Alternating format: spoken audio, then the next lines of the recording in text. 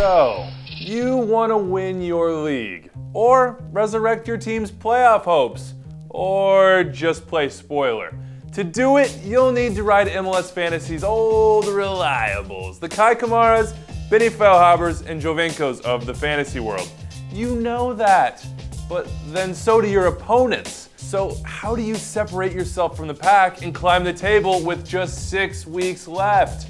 A few savvy differential plays. That's how. The fewer fellow owners, the bigger the potential gain. No risk, no reward, as they say. With that in mind, I'm doling out my differential DGW picks DraftKings style for round 29. 1 goalkeeper, 2 defenders, 2 midfielders, 2 forwards, plus a flex play. Let's start between the posts where the risk-averse among you will go for Luis Robles or Evan Bush. I'm guilty as charged on the latter. The Mavericks out there will take a close look at TFC's Chris Konopka for true differential potential. Dr. Zeus, anyone? NYCFC away? Well, that's probably going to get goal crazy. But Colorado at home? Maybe a shutout? I'm looking to the Red Bulls and the Revs to stock my 2-man back line. And while everybody and their fantasy plan mother has Matt Miazga, Kamar Lawrence has been ignored by fantasy managers. No more. The Jamaican has assist potential to go along with the usual shutout points. Jose Gonçalves, meanwhile, not going to grab you a helper. But he'll get you bonus points, maybe score a goal, and other owners won't be doubling up on him. Sticking with the Revs, Diego Fagundes is back to producing at 2013 levels, and yet not even 6% of you own him. Fantasy is about riding hot streaks, and nobody is hotter and more apt to have a bleach accident than New England.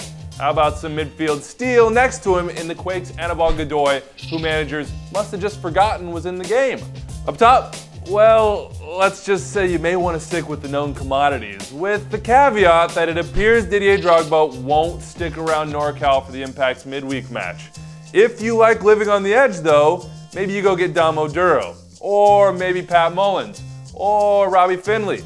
All 3 are PT mystery boxes. I have no idea what's inside. Charlie Davies, safest bet, but I'd stick with the big boys.